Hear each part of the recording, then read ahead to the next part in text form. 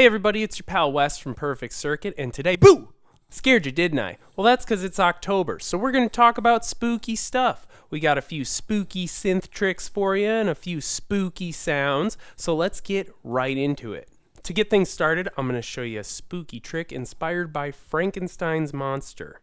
A technique you folks have seen me use in a ton of other videos is to use the conductivity of my body or my skin to trigger or pass voltage into Eurorack modules. You can see it's a little bit finicky with just my skin. It doesn't always fire there.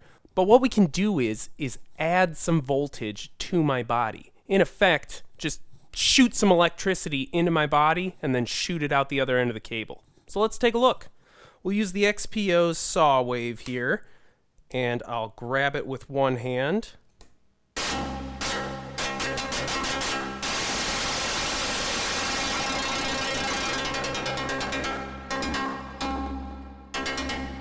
You can use this for just about any type of voltage. It's really, really fun. I love doing it on like creepy FM stuff. Let's look at a few other examples here. So let's use body conductivity for a little bit of FM here and, add a couple extra voltages in there. Just have some fun. So we've got a self-oscillating filter right here, which is going to sound just like this. And let's take a sine wave from our XPO right here and go right into the cutoff here, and then let's listen to this.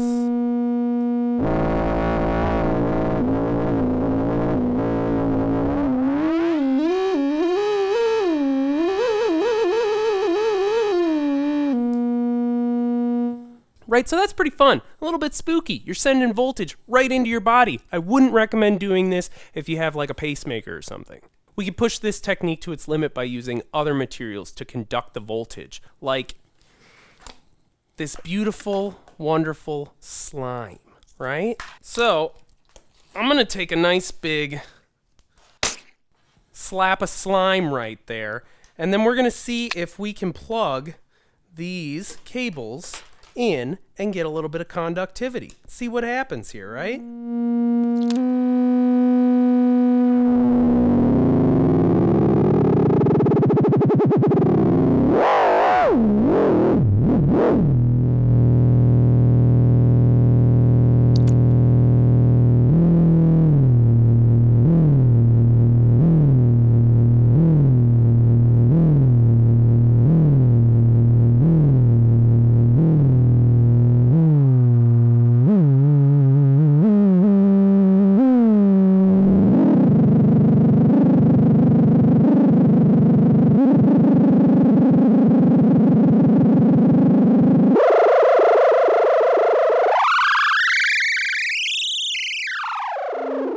All right, blue slime works pretty darn good for conducting voltage. I do say so myself. And in fact, I would even say it imparts a little bit of, really gooey character to this, wonderful and amazing modular synth sound we've got going on here. So we've got a bunch of other friends around the office, and we asked them, hey, you got them spooky sounds? So let's hear what they cooked up. Hello, fellow creeps. Welcome to spooky season. And for my creepy, spooky, eerie sound design, soundscape, I have created this. Let's quickly go over it. I have creepy sounds from the general CV that's going into a pitch-shifted clouds. It's just going down, down, down, down, down. Then, using this very handy contact mic, I have little scratchy sounds going into this friend and then into a beads for pitch-shifted, weird ASMR, ghosty sounds that are really just delightful. And then on top of all of that, that creates a very nice sound bed. I have a clarinet that I can't play very well, but it makes a very eerie sound for Halloween. Let's take a listen.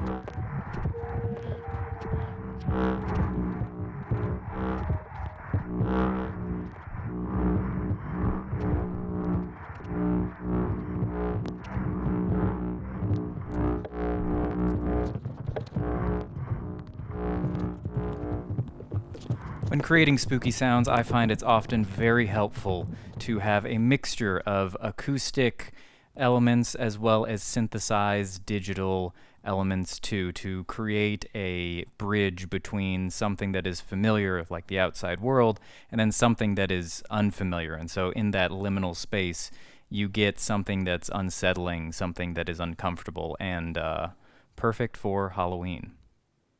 Boo. Hey friends, it's your patch pal Jacob. I'm here to show you how to make some sinister and spooky sounds with some effects pedals. We got a few different things going on, but here's how it all sounds like together.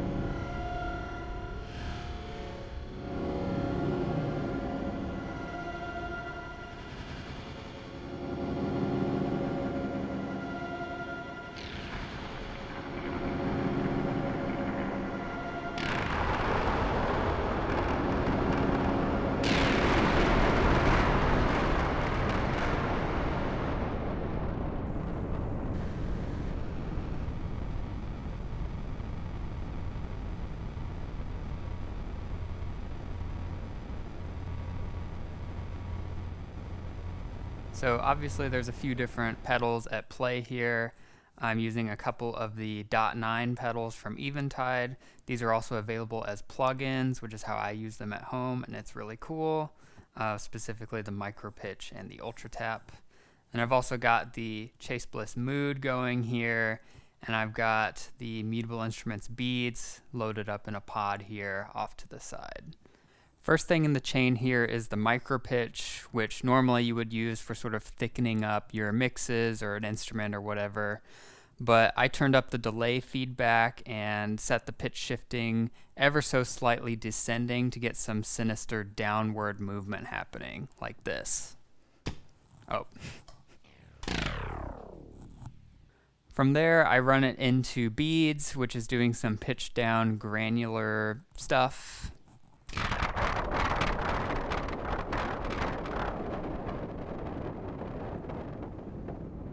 Boo!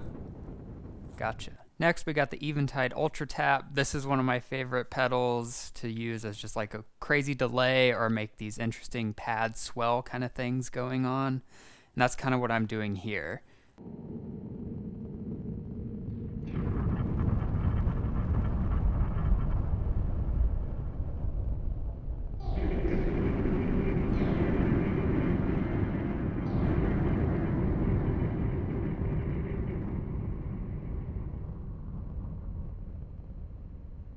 Finally, at the end of the chain, I've got the Chase Bliss Mood running in both its reverb modes as well as the time stretching looper mode.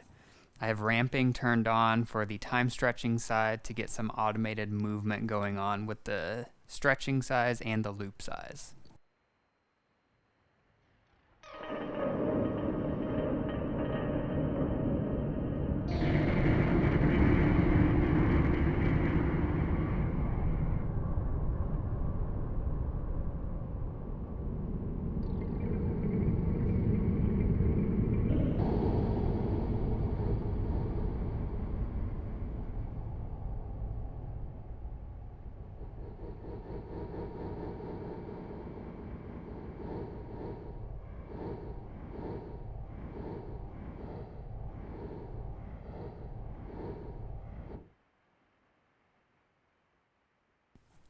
I actually also have an Eventide H9 at the end for some additional reverb, but of course you're welcome to use whatever you want after that. I've been super into a sound design kind of mindset recently, so it's been a lot of fun to use pedals or plugins or whatever I have kicking around at home to try things out and see what happens. So make sure you go home and try it yourself, kids. But on the note of pedals, let's go pivot over to Bryce and see what he's up to.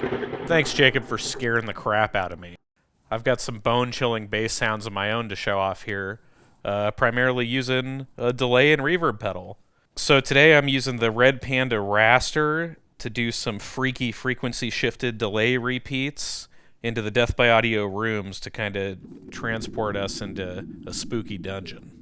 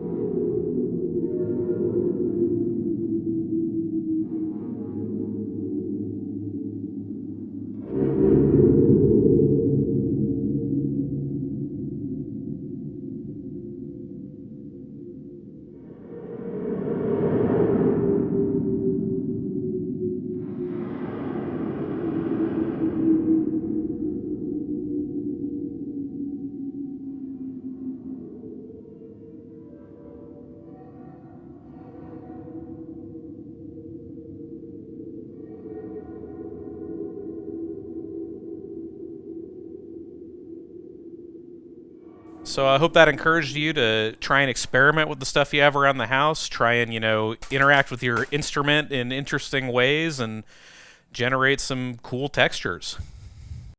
Well, I hope you guys found that nice and spooky. Make sure you like, comment, and subscribe. Check out our other videos. We got tons of spooky stuff coming for you.